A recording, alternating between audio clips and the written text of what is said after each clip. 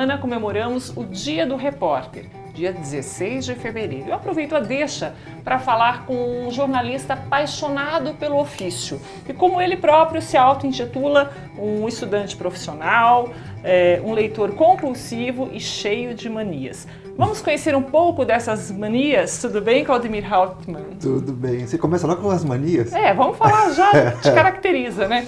Na verdade, é você quem diz isso nas redes sociais, seus alunos o seguem. Eu, como ex-aluna também, a gente tem essas lembranças boas da época da faculdade. E que bom que eu posso conversar com você hoje.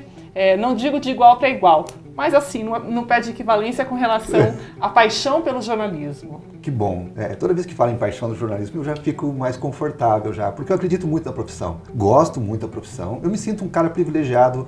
Eu tenho duas profissões que eu amo, né? O jornalismo e a docência. Né? Então, eu estou realizado nesse sentido de paixão, né? Porque, do contrário, eu não conseguiria trabalhar. Tá certo. Já que a gente está falando por esse encantamento todo, eu quero saber o que te levou para o jornalismo, por que esse encantamento, como é que isso aconteceu, em que momento da sua vida isso aconteceu?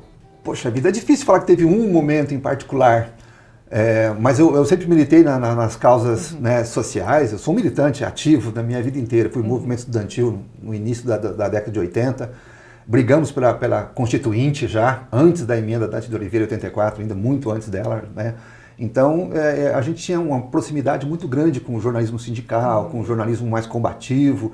E isso sempre me trouxe para muito próximo da área de comunicação, né? E quando eu vi o jornalismo por dentro, eu fui revisor, eu comecei num jornal, eu trabalhava numa outra empresa e comecei a fazer revisão ortográfica, né? E quando eu vi o jornalismo por dentro, aí eu fiquei louco. Aí eu tinha certeza que aquilo era a minha vida. Isso são 35 anos já, né? Puxa vida, é tempo mesmo, né? Bom, a gente está falando do Dia do Repórter, mas a gente vai falar do jornalismo. Você atuou como repórter? Já disse que começou como revisor ortográfico. Você foi para as ruas, você fez reportagens. Minha paixão é rua. O que te marcou mais nessa época? O inesperado, né? A imprevisibilidade do cotidiano, né? Você sai com uma pauta, mas você nunca sabe realmente o que vai acontecer. Então, o palco dos acontecimentos é a rua. E o lugar do repórter é na rua, não é na redação. Não pode ser aquele repórter burocrático, aquele repórter preso num ambiente de ar-condicionado, telefone, internet. É muito cômodo, tem que usar, mas ele não pode deixar de ir para a rua, porque é lá que ele vai perceber coisas que o telefone e a internet não vão passar para ele. Né? E aí ele vai conseguir fazer um relato mais puro, mais autêntico. E outra, quando o repórter sai para a rua e sente o cheiro, ele sente o clima da reportagem, ele conversa olho no olho com o sujeito, ele vê né, algumas coisas que por telefone não conseguiria perceber, pela internet, pelas mídias sociais ele não conseguiria perceber. Então o repórter precisa ir para a rua, é lá que está acontecendo as coisas. Certo. A história da imprensa, Claudemir, foi marcada por relações perigosas com o poder e não apenas naqueles períodos autoritários, como revela, por exemplo, a leitura das memórias de Samuel Weiner ou da biografia de Chateaubriand. Essas especificidades tornam a imprensa brasileira mais vulnerável a deslizes éticos? Ela é vulnerável, sim, mas isso não é a exclusividade dela também, né? Não vamos colocar, né? Mas assim, a gente tem um problema muito sério porque há uma relação muito próxima, o Weber vai falar disso, né? Nós somos, na verdade, os jornalistas, né? Ele é um proscrito, na verdade, porque ele não é povo, na medida em que ele está muito próximo dos centros de poder, então o povo não enxerga o jornalista como povo, só que o poder de plantão também não enxerga o jornalista como povo e nem como parte do poder. Então, na verdade, nós estamos ali no limbo, digamos assim, né? E o papel nosso é exatamente social, né? É de fazer mediação entre uma ponta e outra, né? Entre os acontecimentos e a sociedade. E é muito fácil para o jornalista, no dia a dia, para o repórter, né? Perder o foco para quem que ele trabalha, porque ele imagina que é para o patrão que o paga. Mas não, o jornalista tem uma função social anterior a essa e ele trabalha para a sociedade, na verdade. Ele é remunerado por uma empresa, por iniciativa privada, mas ele trabalha para a sociedade. E é muito fácil ele esquecer disso. E quando ele se esquece disso, automaticamente ele admite os arreios, todos os arreios econômicos, políticos, ideológicos. E isso, necessariamente, pode provocar, sim, deslizes éticos, né? Eu sempre brinco com os alunos assim. Imagine, para você pensar o que é o limite ético. É um desenho no chão, é um limite estabelecido no chão, né? Mas com uma tinta pouco resistente. Na medida que você começa a passar esse limite, daqui a pouco você olha e você não enxerga mais onde é que está aquele limite, né? E ele não consegue mais perceber que já extrapolou esse limite ético há muito tempo. E eu falo ético na dimensão substantiva, não no adjetivo, pelo amor de Deus. Perfeito. Nós vamos voltar nesse assunto daqui a pouco. Claro. Você é um jornalista experiente, um professor exigente, mas que convive com a geração multimídia, em sua grande maioria, em plena era de, vamos chamar assim, facebookização, né? Sem falar das outras redes sociais instantâneas, do jornalismo, até mesmo pela obrigatoriedade, pela não obrigatoriedade, que é outro pesadelo que a gente vive hoje, do diploma. Considerando esse e outros aspectos como tecnologia, facilidade de comunicação, que a gente estava conversando ainda há pouco, né, os meios de massa, quais são as mudanças mais relevantes que você percebe no jornalismo atual, para a gente resgatar coisas boas, para falar de coisas boas que têm acontecido, se comparado a alguns anos atrás? Nós tínhamos uma época aqui atrás que quem tinha informação era um privilegiado, porque o acesso à informação não era aquela coisa universalizada. A mídia eletrônica, de uma forma geral, então isso começou no meados do século passado para cá, potencializou horrores, né, a socialização das informações. As mídias digitais, então, varreram a nossa história, né? E hoje todo mundo tem uma conta no Twitter, no Facebook, enfim, o acesso está mais, claro que não atinge 100% da população, mas ele está muito vivo, né? E isso alterou completamente o nosso jeito de fazer jornalismo. Então, o jornalismo tem que entender que há uma nova demanda social hoje. O nosso problema hoje da sociedade, enquanto sociedade, não é ter acesso à informação, é ter acesso a informações que nos sejam úteis. E aí que está a diferença. Então, o problema não é mais saber ter acesso à informação, é saber quais são úteis. E isso como filtrar isso? Então, mas aí você vê como é que a sociedade é, né? A gente é tão neurótico em relação a isso que nós não sabemos porque é muita informação. É o enigma da esfinge que está nos consumindo, né? O decifre e eu te devoro, né? Nós estamos sendo devorados pela mídia hoje, de uma forma geral, pela quantidade de informações, porque não há tempo, não há condições de processar tantas informações. Então, isso nos leva a essa insegurança, né? Inclusive enquanto cidadão, e isso altera o nosso hábito de consumo. Por exemplo, por que todo mundo hoje quer um telefone que tenha 64 GB de capacidade de memória? Porque nós não sabemos descartar. Nós não sabemos selecionar, então nós acumulamos. Porque nós damos noção de mercadoria para a informação. Né? Então há essa mercantilização das informações. E aí as pessoas olham pelas redes sociais e se acham bem informadas. Elas sabem mínimas coisas sobre algumas coisas que estão acontecendo e se acham bem informadas. De uma forma superficial. Isso, não estão bem informadas. Elas precisam entender causas e consequências daquilo que o cotidiano está sendo narrado nas mídias sociais hoje, digitais, perdão. Então, esse é o papel do jornalismo hoje. E aí você volta nessa questão do repórter. Exato. Então ele tem que voltar, ele tem que entender. Hoje não é mais... eu sou muito crítico, por exemplo, do jornalismo que se pratica no interior, aqui em Cascavel, em qualquer outro lugar, acontece com muita frequência. E os portais hoje de notícia, os nossos aqui, os do norte do estado, capital, a gente percebe a quantidade de informações que não faz sentido. Vou dizer que um Corsa atravessou a preferencial da rua tal e bateu num Chevette. Não há vítima, não há consequência, não há isso não é notícia.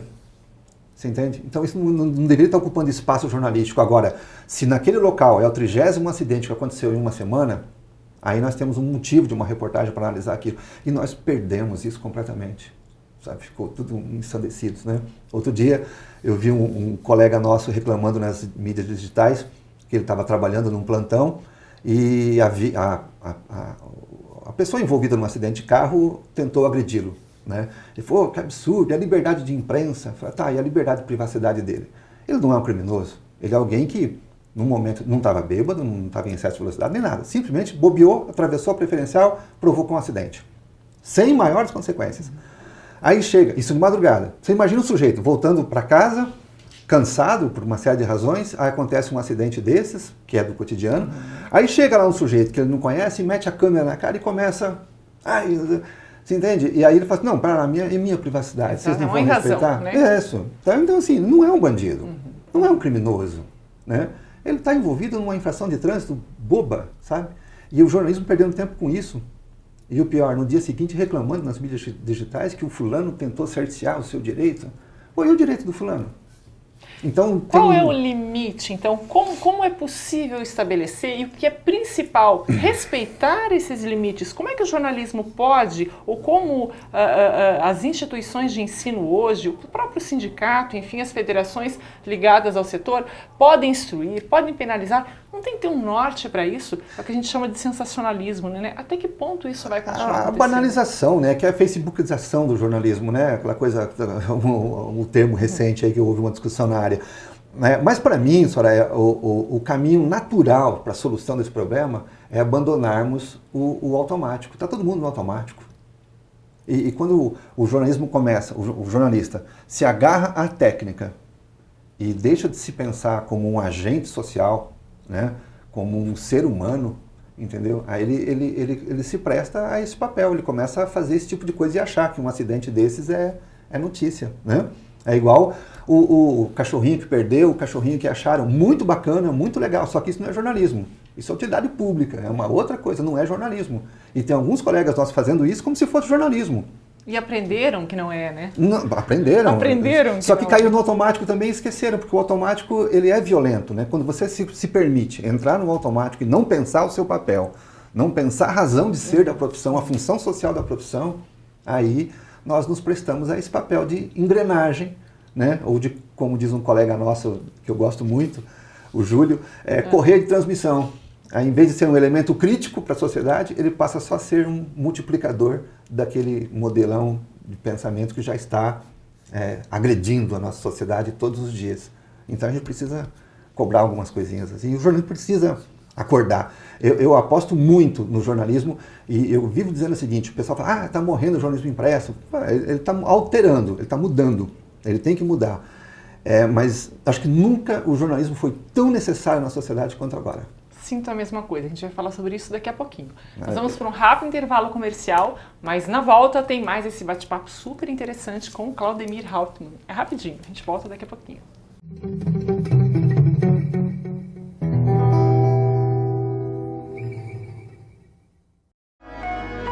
Nasce em Cascavel o COP, Centro de Oncologia do Oeste do Paraná. Um novo conceito no tratamento do câncer. Humanizado, multidisciplinar e individualizado, com toda a segurança que o paciente necessita no tratamento, orientado pelos doutores Leandro Rodrigo Acosta, Luiz Sérgio Esprícido e Márcio Jaquete Maciel. COP, a vida renasce a cada dia. Dor de cabeça, dor nas articulações e no corpo todo, febre. Se você sentir algum desses sintomas, procure uma unidade de saúde do SUS. Pode ser dengue, chikungunya ou zika. Beba bastante água e não dê folga para o mosquito. Vamos nos unir para acabar com essas doenças. Se o mosquito da dengue pode matar, ele não pode nascer. Ministério da Saúde, Governo Federal.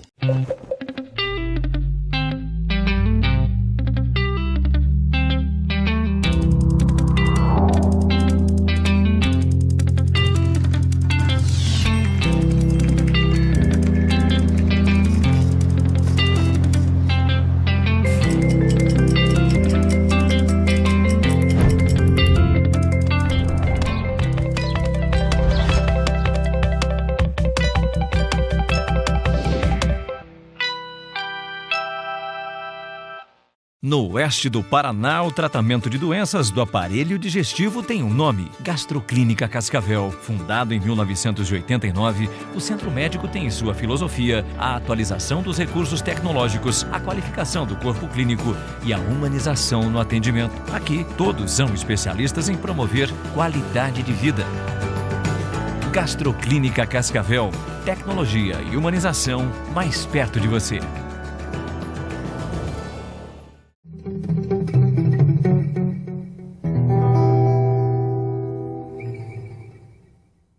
Estamos de volta na entrevista da semana. A gente está falando sobre jornalismo, em específico sobre o Dia do Repórter.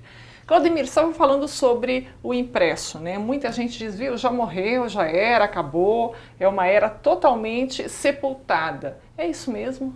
Da forma como está, sim. Porque há uma nova sociedade e o jornalismo ainda é o velho. Por isso, né, nós estamos num momento de confronto entre uma velha estrutura e uma nova estrutura. Essa nova estrutura, digital, conectada, hiperconectada, enfim, tem uma outra demanda social, espera um outro tipo de coisa do jornalismo. E o jornalismo impresso, ele vive uma transição longa em que ele não entendeu muito bem. Ele começou a sofrer a concorrência da TV e depois a concorrência, mais especificamente, da internet, né? E o jornal impresso está tentando concorrer com essas duas mídias, que são muito mais velozes, né?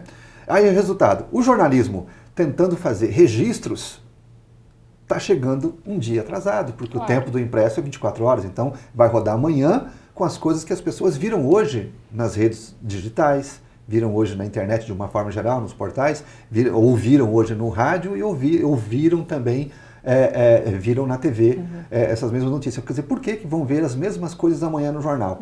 Aí que entra a diferença. Então, na minha visão, e alguns autores, alguns pesquisadores, há debates muito interessantes disso na academia, nos centros, nos grupos técnicos de trabalho, nas universidades, exatamente em cima disso. Então, o jornalismo, o impresso, o caminho dele, ou se ele continuar da forma como está, tem que morrer mesmo, porque ele se tornou inútil, tá? Ou ele tem que mudar. E mudar para onde? Ele mudar para explicações de causas e consequências. Ou seja, aí nós estamos dizendo que o jornalismo deve voltar para suas origens, para a reportagem, para o caráter mais autoral da produção jornalística, que é quando o repórter vai explicar as causas e as consequências daqueles fatos que ganharam notoriedade no dia anterior. Certo. Por quê? Porque hoje está todo mundo só relatando. Aconteceu, aconteceu, aconteceu. Por que aconteceu? Quais são as consequências para nós, sociedade, desses acontecimentos? Isso os nossos repórteres não estão explicando. Por isso que se tornam inúteis na sociedade. Por isso que não há consumo, né? E outro desafio muito importante que o jornalismo como um todo tem que pensar, e o impresso tem que resolver esse problema hoje, porque nós estamos numa geração da sociedade acostumada a ter acesso gratuito à informação. E como é que você inviabiliza, então, economicamente falando, o jornalismo? Se as pessoas estão acostumadas a obter informações gratuitas. O que não era uma prática comum. Sim, antigamente não. Antigamente nós comprávamos Uhum. informação. Através de assinatura de jornais, né, canais, enfim. Hoje não. Hoje a informação, como eu disse, está aí, disponível para todo mundo. E o desafio nosso é justamente fazer uma intervenção racional, inteligente, capacitada nesse meio, fazendo papel de mediação realmente entre os fatos e a sociedade, a partir, óbvio, das demandas sociais. Não a partir das orientações ideológicas, econômicas e meramente políticas ali dos grupos que detêm os meios de informação, porque isso também é importante a gente lembrar, tá? Toda a imprensa, quando você falou agora há pouco sobre a questão ética, toda a imprensa hoje, de uma forma ou de outra, pertence a grupos econômicos e grupos políticos. Isso, no mínimo, não estou dizendo que é ruim, no mínimo, isso direciona conteúdo. Eu não tenho problema nenhum se o jornal se posicionar de direita. Não me incomoda. Se o jornalismo sindical, por exemplo, ele tem mais, aliás, eu adoro, combativo, tal, ver o lado do empregado, da classe trabalhadora como um todo, né? Perfeito, isso não me incomoda, o posicionamento não me incomoda. O que me incomoda é quando o jornal tenta se parecer imparcial, e nós sabemos que não é. E isso pode levar a população à interpretação equivocada de informações. E aí os grupos econômicos e os grupos políticos detêm o poder dos meios de comunicação. Isso quer dizer que eles controlam que tipo de informação que vai circular na sociedade. Aí nos leva à entropia, porque a lógica da informação é fazer... Porque olha só, quando eu conheço os meus direitos, eu defendo eles. E eu, como cidadão, me torno um cara mais politizado, um cara mais respeitado. Não é qualquer um que vem pisar no meu pescoço, não, porque eu conheço os meus direitos. Agora, quando a informação sobre os meus direitos são retidas por outros interesses, por outras questões, por exemplo, o cidadão não sabe dos seus direitos, tá? E isso faz dele presa fácil para um sistema de dominação. Esse que é o problema. Então hoje nós vamos para o serviço público, é muito comum eu chegar no serviço público e ter aquela plaquinha. Ah, não sei o que, destratar, ou maltratar, sei lá, como é que é? Desacato, né? Desacato. É crime, é infração, não sei o quê. Por que eles não colocam outro artigo lá que diz também que o agente público é obrigado a atender as pessoas? Porque aí você vai dar autoridade para o público, para o povo. E isso não é interessante para quem está no poder, você entende? Porque aí imagina, vai chegar lá uma dona de casa, vai chegar lá um trabalhador, um operário e vai falar, opa, pera lá, você também se obriga a me atender decentemente. Então para de fazer cena aí e me atenda nos meus direitos aqui. Lute pelos meus direitos. Não acontece isso. Você entende? Então, a informação, quando ela passa a ser tratada como mercadoria, ela tende a ser acumulada. Numa vez que ela acumula, ela não circula. Se ela não circula, ela não atende ao seu princípio elementar, que é universalizar o conhecimento. Sabe? E isso faz o quê? Definha a nossa sociedade. Quanto menos informação útil circula, mais pobre, mais fraca, mais frágil é a nossa sociedade. O nosso povo vira presa. É isso mesmo, definição perfeita. Críticos afirmam que existe um abismo entre o dia a dia da profissão de jornalista e os conceitos de verdade e ética, já que a gente está falando sobre isso, que sustentam a atividade, teoricamente. Mas isso não acontece, Claudemir, em toda a sociedade? É isso que eu acho que você estava comentando ali no início também, né? Sim. A ética no Brasil não se tornou uma ficção, uma encenação, adjetivo, uma representação, exato, a julgar pelo próprio noticiário. A gente pode dizer que o Brasil é o país da ética provisória? Não é que é provisória, eu acho que é relativa nesse sentido, né? Porque depende dos interesses daquela pessoa que vai levantar os argumentos éticos para uma circunstância ou outra. Então ela é muito negociada, ela é muito flexibilizada, hoje é meio complicado. Eu gosto muito da definição do Abramo, né? O Cláudio Abramo, que falava sobre ética e código de ética do jornalismo. Então, né, se você analisar, não existe um código de ética coletivo, não tem como. Porque a ética é do indivíduo, é do sujeito. O Cláudio Abramo falava assim, eu sou jornalista, e nos finais de semana eu gosto de fazer móveis, cadeiras. Né? A ética do marceneiro é a mesma ética do jornalista. Por quê? Porque a ética é do indivíduo, que é o mesmo indivíduo, então a ética é aquilo ali. O resto que nós temos são códigos de etiqueta, na verdade, de atuação profissional. Porque aí é uma outra natureza, você entende? Então, nós temos que discutir a ética da informação, a ética da comunicação, você entende? Trabalharmos nesse contexto, pensando, volto a frisar, e quais são os parâmetros que me definirão o que é ético e o que não é ético. A demanda social, o público, a sociedade. É para ela que nós temos que trabalhar. O jornalismo tem que trabalhar para a sociedade. Né? Então, e é isso que deve nortear os nossos princípios éticos, tá? Então, é uma questão muito subjetiva, é difícil de discutir ética, porque alguns vão abrir lá a cartilha, um manual, o código de ética da profissão, e pode colocar qualquer profissão no seu código de ética, você vai ver que basicamente ela vai estar presa a um ritual, a uma questão técnica, a uma questão de etiqueta, né?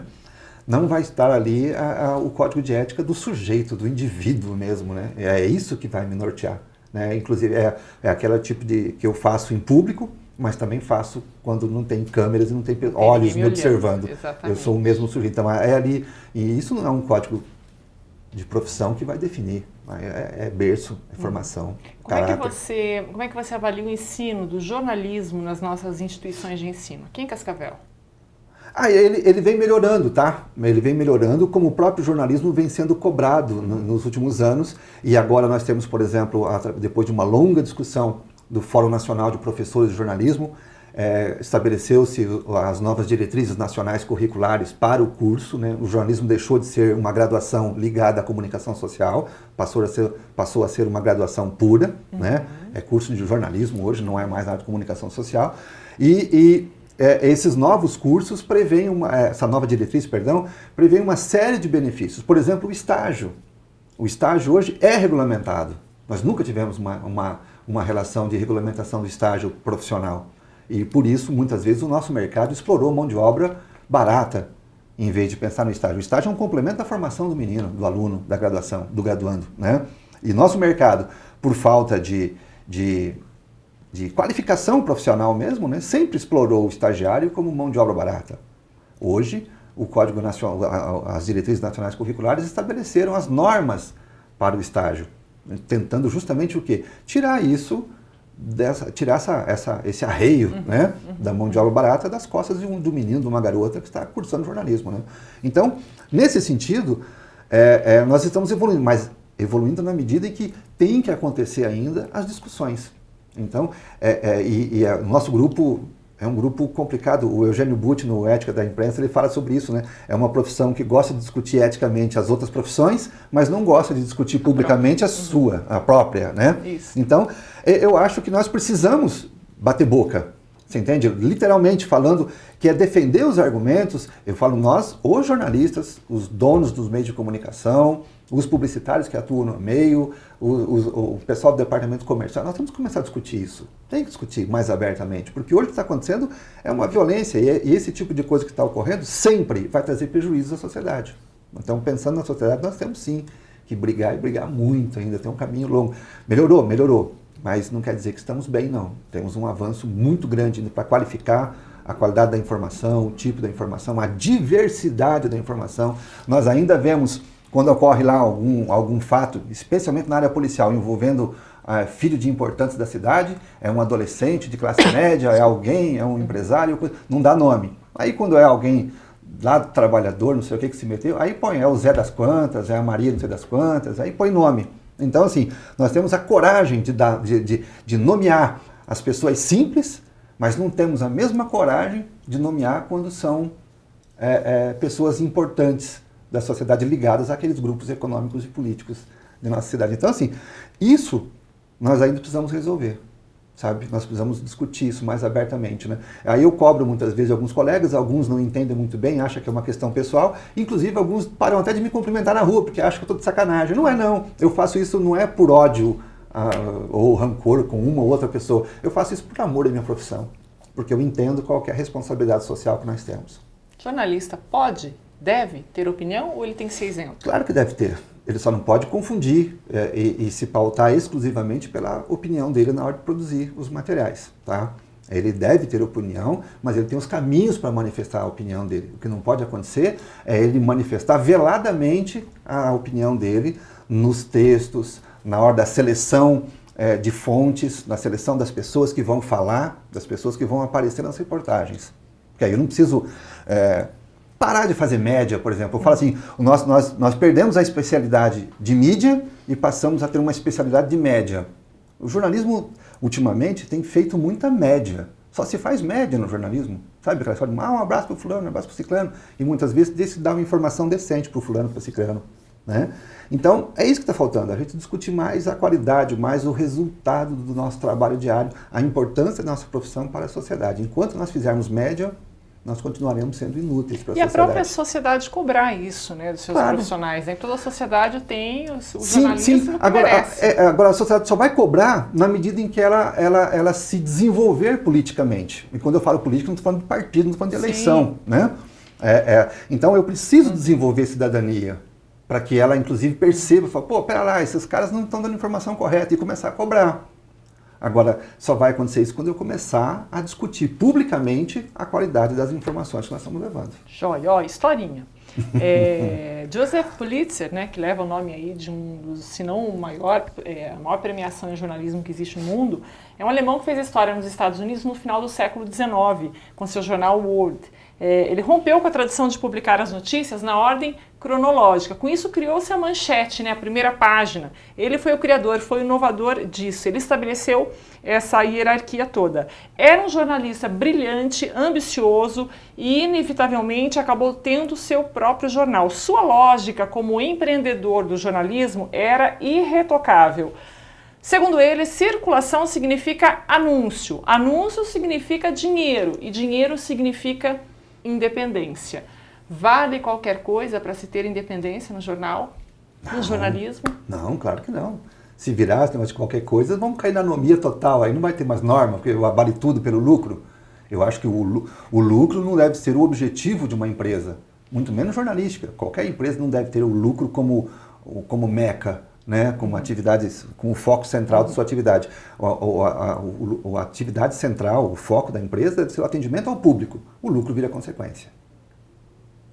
Tá? Agora, na medida em que eu estabeleço o lucro como meta, aí então vale tudo. Eu posso sair pisando cabeças, posso sair manipulando informação, posso sair enganando o público para conseguir o lucro que eu preciso, porque aí eu faço média com fulano anuncia no meu jornal, né, não é isso? O grupo dele, não sei quem. Não. Lógico que não. Então, nós devemos inverter. O lucro é importante? Claro que é importante. Mas ele não é a razão de ser da nossa empresa, da nossa atividade econômica. No caso da empresa, tá? Muito menos da atividade jornalística. Tá? Então, é uma outra pegada. Aí você fala do Pulitzer, muito bacana. Só que, pô, e o Euclides da Cunha, que foi um dos primeiros, é dado, pelo menos, como um dos primeiros repórteres de rua nosso aqui. Guerra dos Canudos, 1890 e alguma coisa, e ele foi lá e pegando diários da guerra, entrevistando vítimas da guerra, entrevistando personagens da guerra, inclusive o conselheiro, né, o Antônio Conselheiro, e trazendo aquilo através das páginas do Estado de São Paulo. Então, veja, nós temos um histórico de reportagem aqui. Eu usei o exemplo para te fazer a pergunta. Claro. Eu faço assim, mas é muito bacana, porque aí o aluno, ou quem estuda comunicação, jornalismo, né, fica falando lá do Pulitzer, do Prêmio ESSO, aí de repente começa a falar do Thompson lá com o jornalismo, o New Journalism, o Gonzo e tudo mais, porque é bacana, é legal. E quantas atividades nós temos aqui? Aí nós temos o Nelson Rodrigues fazendo isso já há quanto tempo, escrevendo crônicas jornalísticas fantásticas, né? O próprio, como eu disse, o Euclides escrevendo sobre isso em 1890, já tinha toda uma pegada do relato jornalístico, do repórter, do papel do repórter, né? Que é ir à rua, sentir o clima lá. Ele não fez uma narrativa da guerra num ambiente seguro. Ele foi lá, não tem que ser seguro, né? Ele tem que estar seguro do que está fazendo, é isso, né? E correr riscos é natural, faz parte da atividade e você tem que administrar. Tá certo, é uma carreira de risco mesmo. Mas é maravilhosa. É maravilhosa, né? Então, parabéns aí pelo seu dia, você também Agradeço. não deixa a tua essência de repórter de lado. Sucesso para você na sua profissão, na sua carreira, no seu trabalho como docente e volte mais vezes, viu? Obrigada por ter vindo. Foi um prazer estar aqui com você e falar de jornalismo, de reportagem, isso é muito bom. Que bom. E para você que acompanhou, então, fique em excelente companhia com a programação do canal que fala sobre saúde, qualidade de vida e bem-estar. Informação de conteúdo. Um grande abraço, até mais, tchau!